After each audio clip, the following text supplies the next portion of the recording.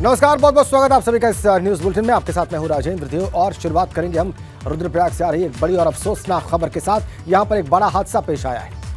रुद्रप्रयाग से 6 किलोमीटर दूर एक निर्माणाधीन पुल पर शटरिंग पलटने से कई मजदूर दब गए। ऋषिकेश बद्रीनाथ राजमार्ग पर नरकोटा के पास बन रहे पुल पर यह हादसा हुआ है। 6 मजदूरों का रेस्क्यू कर उन्हें जिला अस्पताल पहुंचाया गया है और अभी भी 4 से 5 मजदूरों के शटरिंग के नीचे दबे होने की खबर मिल रही है। पुलिस प्रशासन और रेस्क्यू टीम शटरिंग में दबे हुए मजदूरों को निकालने की कोशिश भी कर रही है।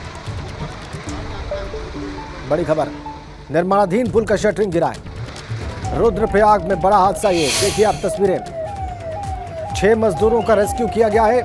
2 तस्वीरों के माध्यम से हम आपको इस हादसे की तस्वीरें दिखा रहे हैं। रोहित डिमरी हमारे संवाददाता हमारे साथ जुड़े हुए हैं। रोहित, इस हादसे के बारे में जो मालूमात आपको हासिल है हमारे दर्शकों को बताएं। जी राजेंद्र जी, आपको बताना चाहूंगा कि बद्रीनाथ राष्ट्रीय राजमार्ग के रुद्रप्रयाग जिला मुख्यालय से 6 किलोमीटर दूरी पर नरकोटा में यह हादसा हुआ है। यहाँ पर 64 करोड़ की लागत से पुल का निर्माण किया जा रहा है जो बाईपास को जोड़ता है। यहाँ पर रेल परियोजना का कार्य भी चल रहा है, जिसके चलते यहाँ पे पुल का निर्माण किया जा रहा है। और आज सुबह की ही बात है जब सेंटरिंग का काम कर रहे थे 10 से 11 मजदूर, तो उनके ऊपर सेंटरिंग का जो लोहे की सरिया है वह गिर गई, जिस कारण जो है वो सब मजदूर जो घायल हो गए। घायलों में से अभी भी 6 से 8 मजदूरों को निकाल दिया गया है, जबकि जो 2 से 3 मजदूर हैं अभी भी दबे हुए हैं। उनको निकालने के लिए एसडीआरएफ पुलिस की टीम भी जुटी हुई है। यहाँ पर लगातार प्रयास किए जा रहे हैं, क्योंकि लोहे के सिरे के अंदर लोग दबे होने के चलते निकालने में भी काफी दिक्कतें हो रही है। घटने के बाद से ही काफी यहाँ पर लोग देखने के लिए जुट चुके हैं। हाईवे की बात है, यहाँ घटना है तो कह सकते हैं कि सबसे बड़ी लापरवाही यहाँ पर जो आरसीसी कंपनी यहाँ पे काम कर रही है उसकी देखने को मिली है। जो भी यहाँ पे काम किया जा रहा है उसको लेकर कोई भी सावधानी नहीं बरती जा रही, जिस कारण यह हादसे भी हो रहे हैं। जी, ये आप कह रहे हैं कि जो कंपनी आरसीसी उसकी बड़ी जिम्मेदारी आप देख रहे हैं इस सारे हादसे में, लेकिन ये शटरिंग पलटी क्यों और कैसे और कितने वक्त पहले? जी, सुबह घटना जो है सुबह 9 बजे की बताई जा रही है और यहाँ पर बताया जा रहा है कि सेटिंग के कार्य में 10 से 12 मजदूर जुटे हुए थे, लगे हुए, क्योंकि यहाँ पे अभी भी निर्माण जो पुल के बेस का जो है कार्य चल रहा है। इस बेस की कार्य जो है यहाँ पे सेटिंग का कार्य जो है चल रहा है, तो सेटिंग के कार्य के चलते यहाँ पर अचानक से जो है सरिया जो है सेटिंग पलट गई, जिस कारण जो हादसा हुआ है। तो कह सकते हैं यहाँ पे जो आरसीसी कंपनी है उसके जो जेई है, जो इंजीनियर है, वह यहाँ पे सावधानी से कह सकते हैं कि कार्य को सही तरीके से नहीं कर रहे हैं, जिस कारण यह घटना हो रही है। इससे पहले भी जो कैलाश हाईवे है उसके भी कुंड के पास में ऐसी घटना सामने आई, जिसे कह सकते हैं कि ऑल वेदर का यह कार्य चल रहा है, जिसमें भी यह महत्वाकांक्षी योजना जिसको बताया जा रहा है, पर लेकिन इस योजना में भी जो कार्य किया जा रहा है वह भी सही तरीके से नहीं किया, तो सवाल उठना लाजमी है यहाँ पर। जी, बहुत धन्यवाद आपका रोहित डिमरी, आपने जो जानकारियां दी हमारे दर्शकों को। निर्माणाधीन पुल पर हादसा हुआ है, शटरिंग पलटने से कई मजदूर उसमें दबे हैं, जैसा कि अभी हमारे संवाददाता बता रहे हैं और आप देख रहे हैं। ये लगभग 2 घंटे पहले की घटना। कई मजदूरों का रेस्क्यू किया गया, 6 मजदूरों का रेस्क्यू किया गया और अस्पताल में भर्ती कराया गया है। अगली खबर भी हादसे की है। एटा के स्कूल में हादसे की खबर है। एटा जनपद के कोतवाली देहात क्षेत्र के गांव जिरसमी में ईंट से भरी ट्रैक्टर ट्रॉली प्राइमरी स्कूल की दीवार तोड़कर अंदर जा घुसी। दीवार गिरने से प्राइमरी स्कूल के करीब आधा दर्जन छात्र जख्मी बताए जा रहे हैं। 2 गंभीर रूप से घायल छात्रों को एटा में मेडिकल कॉलेज में भर्ती कराया गया है। स्कूल की दीवार गिरने के बाद चालक ट्रैक्टर मौके पर ही छोड़कर फरार हो गया है। सूचना पर पुलिस पहुंची है, उसने ट्रैक्टर को अपने कब्जे में लिया है और चालक की तलाश जारी है।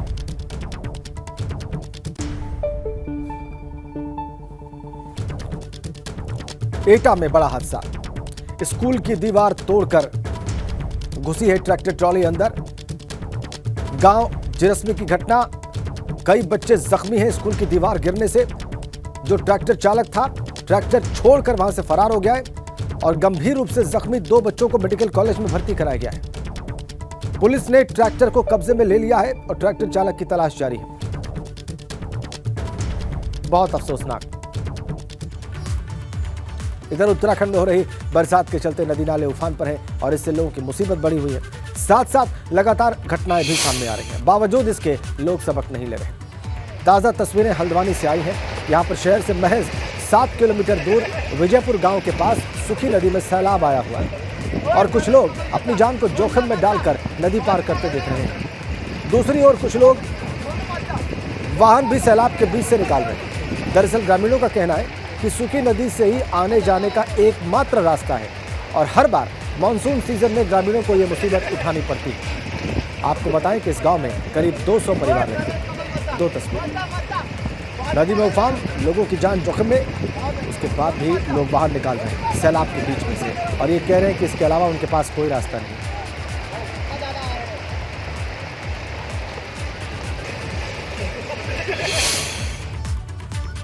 इधर पिथौरागढ़ से आसमानी आफत के कहर की खबर है। पिथौरागढ़ के मुनस्यारी में मलबा गिरने से सड़क बंद हो गई है और सड़क साफ करने के लिए जेसीबी मशीन लगाई गई है। ऑपरेटर को मलबा हटाने में दिक्कतें पेश आ रही हैं।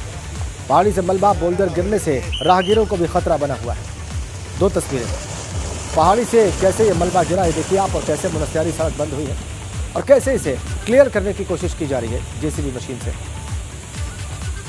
पिथौरागढ़ की तस्वीरें, बारिश के बाद पहाड़ दरक रहे हैं और समस्या बनी हुई है स्थानीय लोगों के लिए भी, यात्रियों के लिए। मलबा हटाने का काम जारी। मुनस्यारी सड़क मार्ग फिलहाल बंद लैंडस्लाइड की वजह से। देखिए किस तरह का लैंडस्लाइड।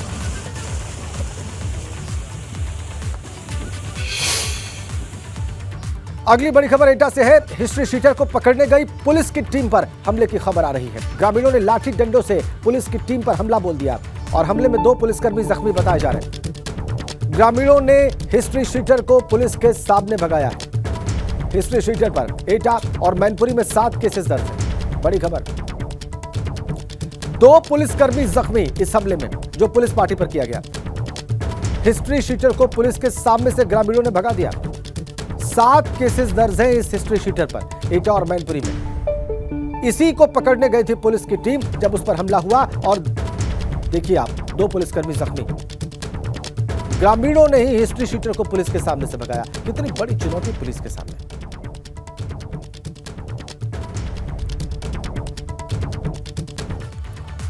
और आइए अब कुछ राजनीतिक खबरों पर बात करते हैं और एक बड़ी महत्वपूर्ण खबर आज की। ओम प्रकाश राजभर सुभाषपा के अध्यक्ष, सपा के गठबंधन सहयोगी, उन्होंने मुख्यमंत्री योगी की तारीफ की खुल करके।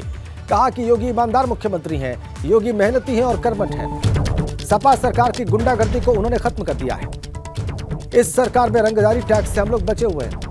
आजमगढ़ के चुनाव में उनकी कर्मठता दिखाई दी। व्यापारियों ने भी इस बात की तारीफ की है और योगी के शासन में अधिकारी डरते हैं, अपराधियों के खिलाफ बुलडोजर चलवाते हैं। ये बड़ी बातें कही ओम प्रकाश राजभर ने, जो कि विपक्ष के नेता हैं और इस वक्त तारीफ में कसीदे पड़ रहे हैं मुख्यमंत्री योगी आदित्यनाथ के। बता रहे हैं कि वो ईमानदार हैं, कर्मठ हैं, मेहनती हैं, उनसे अधिकारी डरते हैं, बुलडोजर माफिया और अपराधियों पर भी चले हैं। ये बातें तमाम कही हैं ओम प्रकाश राजभर ने एबीपी गंगा से एक्सक्लूसिवली कुछ देर पहले। और ये बयान बहुत महत्वपूर्ण, जो वर्तमान राजनीतिक दृश्य है इस वक्त उत्तर प्रदेश का और खासकर गठबंधन में दरार की जो खबरें हैं उसके बीच में यह बयान बहुत महत्वपूर्ण। योगी जी के सामने जाके लोग जो ठंडे हो जाते हैं, योगी जी मेहनती हैं, कर्मठी हैं, देखिए उसमें कोई दो राय नहीं है।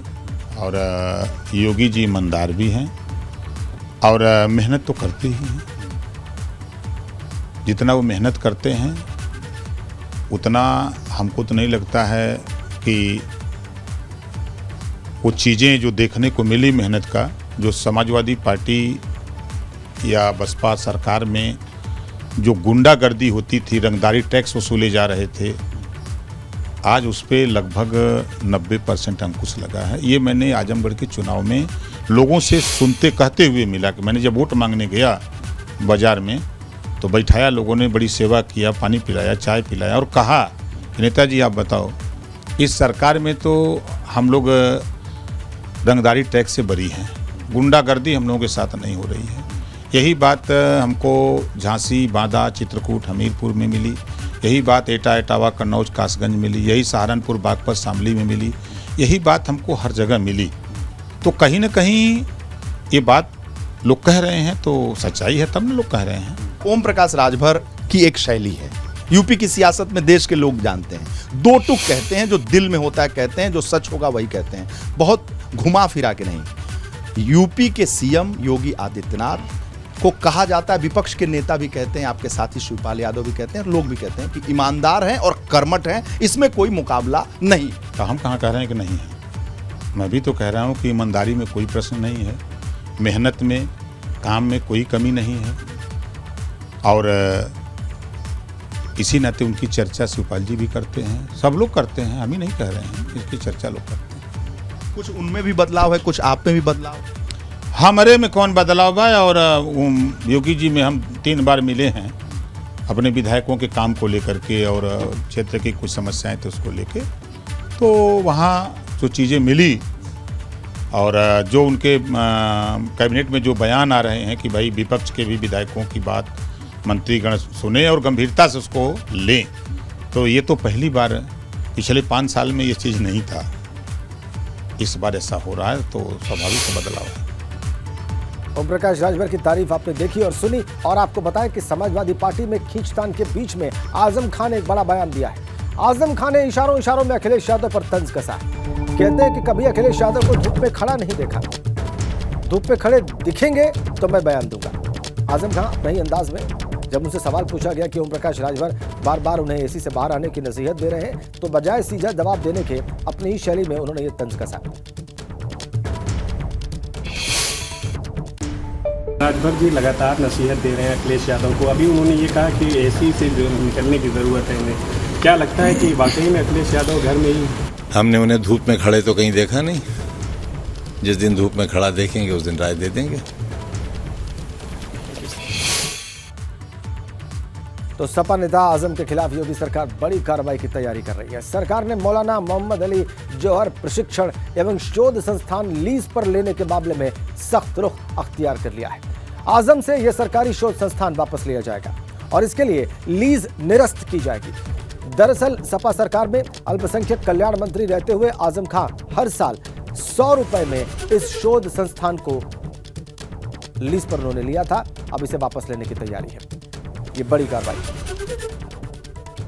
हर साल 100 रुपए देते हैं लीज के इस शोध संस्थान के। 33 साल के लिए आजम खान को यह लीज पर दिया गया था, अब इसे वापस लेने की तैयारी है। इसी भवन में रामपुर पब्लिक स्कूल खुलवाया गया। योगी सरकार ने 2018 में एसआईटी जांच के आदेश दिए थे। शासन को रिपोर्ट सौंप दी है एसआईटी ने 31 जनवरी को, और 3 बिंदुओं पर कार्रवाई की संस्तुति की है एसआईटी ने। संस्थान की लीज निरस्त की जाए, भवन निर्माण और ऑडिट कराने की संस्तुति दी गई। बड़ा एक्शन होगा इस एसआईटी की रिपोर्ट के आधार पर आजम खान के खिलाफ। योगी सरकार कार्रवाई के लिए तैयार है। इस संस्थान को, शोध संस्थान को वापस लेने की तैयारी है।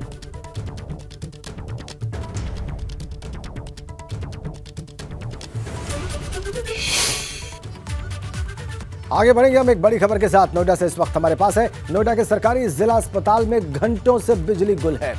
बिजली न होने से मरीज बेहाल हैं। लंबी लंबी लाइनों में लगे हुए मरीज, और जिला अस्पताल में सुबह से ही बिजली गुल बताई जा रही है। अस्पताल में इंटरनल वायरिंग में शॉर्ट सर्किट होने की वजह से बिजली गुल हुई है। सरकारी अस्पताल के सिस्टम पर मरीजों ने बड़े सवाल खड़े किए हैं। सुबह से बिजली गुल जिला अस्पताल में, मरीज परेशान, स्वाभाविक है। इंटरनल वायरिंग में शॉर्ट सर्किट वजह बताई जा रही है इसकी। लंबी लंबी लाइनों में मरीज लगे हुए हैं, मरीज बेहाल हैं, घंटों से बिजली नहीं है। और यह हाल है नोएडा के सरकारी जिला अस्पताल का, उस नोएडा का जिसके विकास के दावे हैं, जिसके सबसे बढ़िया विकास में से एक माना जाता है, दावा किया जाता है। अंकित कौशिक हमारे नोएडा संवाददाता हमारे साथ है। क्या हुआ है वहां पर जिला अस्पताल में, और क्या बिजली अभी तक वापस आई कि नहीं आई? अंकित जी देखिए, आपको बता दूं, तस्वीरें साफ बयां करती हैं किस तरीके से वहाँ लाइट गुल। आपको बता दें, तस्वीरें कई 8:30 से ही वहाँ सुबह बताया जा रहा है जो लाइट है पूरी तरह से जा चुकी है गुल, जिसके कारण जो तमाम मरीज हैं और मरीज के जो परिजन हैं वो वहाँ पर परेशान हैं। जो लोग हैं वहाँ पंखे से जो है हाथ से बाकायदा जो है पंखा कर रहे हैं, और आप तस्वीरों में देख सकते हैं किस तरह से पूरे जिला अस्पताल में अंधेरा छाया। आपको बता दें कि जो करीब 2.5 घंटे से वहाँ बिजली गुल है। बिजली गुल होने की वजह प्रथम बताई जा रही है, जो अस्पताल में कोई ऐसा सर्किट लगा हुआ है जिसमें फॉल्ट आ गया, फॉल्ट होने के चलते बिजली गुल है। वहीं कुछ समय के लिए यूपीसीएल द्वारा, बिजली विभाग द्वारा भी वहां पर लाइट गुल हुई थी, लेकिन उनके द्वारा लाइट दे दी गई थी। उसके बाद जो फॉल्ट वहां पर है, तो इंटरनल कोई फॉल्ट होने के चलते वहां पर लाइट गुल है। अभी फिलहाल की स्थिति की बात की जाए तो अभी वहां पर काम किया जा रहा है, ऐसा दावा किया जा रहा है। कुछ क्षण बाद, कुछ मिनटों बाद वहां पर लाइट आ जाएगी, लेकिन अभी की बात की जाए तो अभी फिलहाल बिजली गुल है। और जिला अस्पताल में जो मरीज हैं वे बेहद ही काफी परेशान हैं। और जो जो तमामदार हैं, वो जो लोग हैं, वो भी कहीं ना कहीं जो है लाइट ना आने के कारण ना तो कोई मशीनें चल पा रही है, ना वो अपना कोई इलाज करा पा रहे हैं। जी बहुत धन्यवाद आपका अंकित। स्वाभाविक है, मरीज परेशान है, बीमारदार परेशान है। 2.5 घंटे हो चुके हैं लाइट कटे हुए। आगे एक और बड़ी खबर है, प्रयागराज से है। अखाड़ा परिषद के पूर्व अध्यक्ष महंत नरेंद्र गिरी की संदिग्ध मौत के मामले से जुड़ी है। मुख्य आरोपी आनंद गिरी पर 4 अगस्त को आरोप तय होगा। जिला अस्पताल में ही चलेगा महंत नरेंद्र गिरी की आत्महत्या का मुकदमा। आनंद गिरी पर है बागंबरी मठ के महंत नरेंद्र गिरी को आत्महत्या के लिए उकसाने का आरोप। आनंद गिरी की ओर से क्षेत्राधिकार को लेकर दाखिल अर्जी भी खारिज हो गई है। अदालत ने कहा कि मामला प्रयागराज के क्षेत्राधिकार के अंतर्गत है।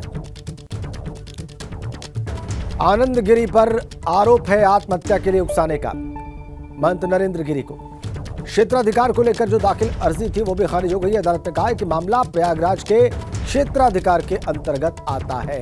ये बड़ी अपडेट।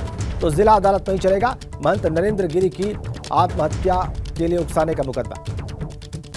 मुख्य आरोपी आनंद गिरी कभी उनके शिष्य रहे, इस वक्त मुख्य आरोपी हैं और उनकी अर्जी जो है ये कहते हुए कि ये क्षेत्राधिकार के बाहर है प्रयागराज के, इसको खारिज कर दिया अदालत ने। इधर लखनऊ से सड़क हादसे की खबर है और यह हादसा हुआ है लखनऊ के मानक नगर फ्लाईओवर पर।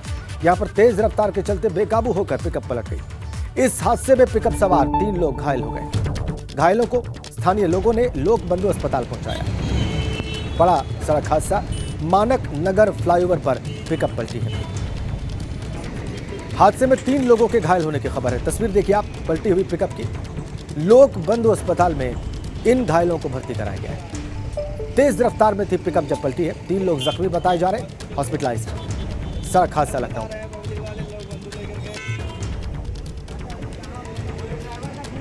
मानक नगर फ्लाईओवर पर यह हादसा हुआ।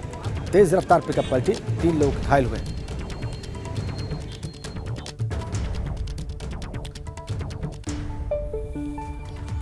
सीधा अब आपको हरिद्वार ले चलते हैं और देखते हैं और सुनते हैं मुख्यमंत्री पुष्कर सिंह धामी को, जो अपने आप में अब तक का सबसे बड़ा रिकॉर्ड है। उसी प्रकार से कांवड़ यात्रा में भी रिकॉर्ड बन रहा है। कांवड़ यात्रा भी हमारी बहुत सुचारू रूप से यहाँ पर संपन्न हो रही है। मैं इसके लिए सभी स्वयंसेवी संस्थाओं का, सभी सामाजिक संस्थाओं का, हमारे सभी प्रशासन के लोगों का, अधिकारी गणों का, कर्मचारी गणों का, सबका, जो लोग इस यात्रा से जुड़े हुए हैं, जो यात्रा को संपन्न करवा रहे हैं, उन सभी का मैं साधुवाद देता हूं कि उनके अथक प्रयासों से इस बार की ये चुनौतीपूर्ण यात्रा बड़े सरल तरीके से संपन्न हो रही है। और इस बार हमने पहली बार उत्तराखंड के इतिहास में पहली बार हमने एक नया काम शुरू किया कि जब हमारा कुंभ होता है तो कुंभ में प्रादेशिक स्तर पर बजट की व्यवस्था होती है। इस बार हमने पहली बार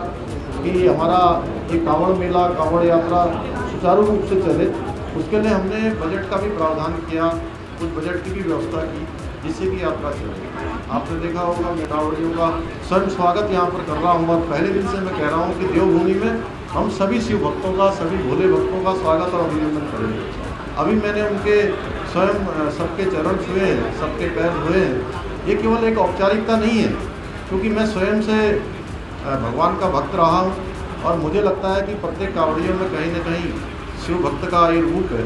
उनके अंदर एक जो दृश्य हमें दिखाई देता है, भगवान के दूत का दृश्य दिखाई देता है, इसलिए उनका हम देवभूमि में सभी का अभिनंदन करते हैं। और मैं अपने सभी अधिकारियों से भी कहता हूँ, सभी कर्मचारियों से भी कहता हूँ, सभी उत्तराखंड के रहने वाले सभी लोगों से मैं अनुरोध करता हूँ कि शिव भक्तों को, कांवड़ियों को किसी प्रकार की भी कोई परेशानी नहीं होनी चाहिए। और हमने कुछ टोल फ्री नंबर भी यहाँ पर जारी किए हैं, कुछ व्हाट्सएप ग्रुप भी बनाए हैं। किसी को भी कहीं पर कोई परेशानी हो तो वो सीधे हमारे उन नंबरों पर संपर्क कर सकते हैं। और हमारा प्रशासन हर समय दुरुस्त है। एक व्हाट्सएप ग्रुप बड़े स्तर का भी बनाया गया है, उसमें मैं भी स्वयं जुड़ा हुआ हूँ, जितने भी अपडेट आ रहे हैं। दूसरी तरफ इस समय आपदा का भी दौर है, 1-2 जगह पर छोटी घटनाएं भी हुई हैं। मैं सभी को, प्रशासन के लोगों को हमने पहले से ये रेड अलर्ट में किया हुआ है, अलर्ट किया हुआ है कि कहीं पर भी कोई भी घटना होती है तो तत्काल वहाँ पर राहत पहुँचाई जाए। जो अगर कहीं पर सड़क मार्ग बंद होता है, भूस्खलन होता है, अतिवृष्टि होती है, तो उसके लिए तत्काल जो हमारी JCBI इत्यादि तैनात है वो समयबद्ध तरीके से तत्काल अपने राहत के कार्यों को करेंगे। आज मैं पुनः सभी का धन्यवाद देते हुए, शिव भक्तों का अभिनंदन करते हुए आप सबका धन्यवाद। सर मुख्यमंत्री जी, इस बार जो है कांवड़ मेला ऐसा लग रहा है जैसे कुंभ का मेला हो। मैं ही नहीं कह रहा हूँ, साधु समाज और श्रद्धालु भी कह रहे हैं, क्योंकि कम समय में कांवड़ मेले की इतनी अच्छी तैयारी होना और ऐसा लग रहा है जैसे कुंभ का मेला हो रहा है। तो मुख्यमंत्री पुष्कर सिंह धामी को भी आप देख रहे थे, वो बता रहे थे कि क्या व्यवस्थाएं की गई हैं और क्या व्यवस्थाएं और होनी चाहिए। आगे बढ़ते हैं। PWD विभाग में तबादलों में गड़बड़ी के बाद एक्शन जारी है। गड़बड़ी को लेकर अब तक 6 अधिकारियों को सस्पेंड कर दिया गया है। जांच के बाद अभी कई और अधिकारी रडार पर हैं, इन पर भी कार्रवाई हो सकती है। अगर अभी तक की कार्रवाई की बात की जाए तो मंत्री के OSD के बाद विभाग के HOD जो है मनोज गुप्ता, उन पर भी कार्रवाई हुई। मंत्री के OSD पर पहले कार्रवाई हुई, उसके बाद विभाग के जो HOD हैं मनोज गुप्ता, उन पर भी कार्रवाई हुई। 6 अधिकारियों पर अब तक गाज गिरी है, कई और अधिकारी रडार पर हैं।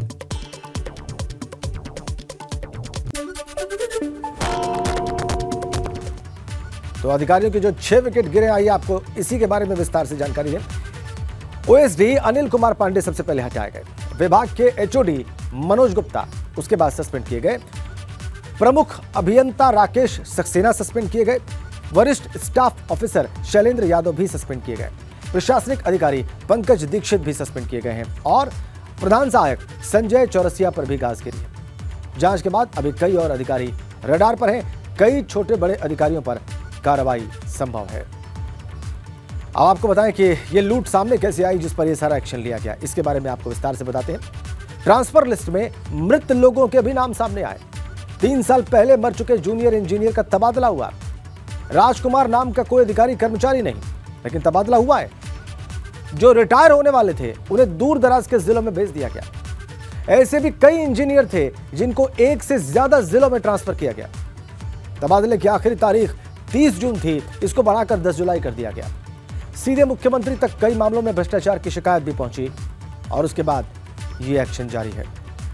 इसी खबर के साथ इस बुलेटिन में फिलहाल इतना ही।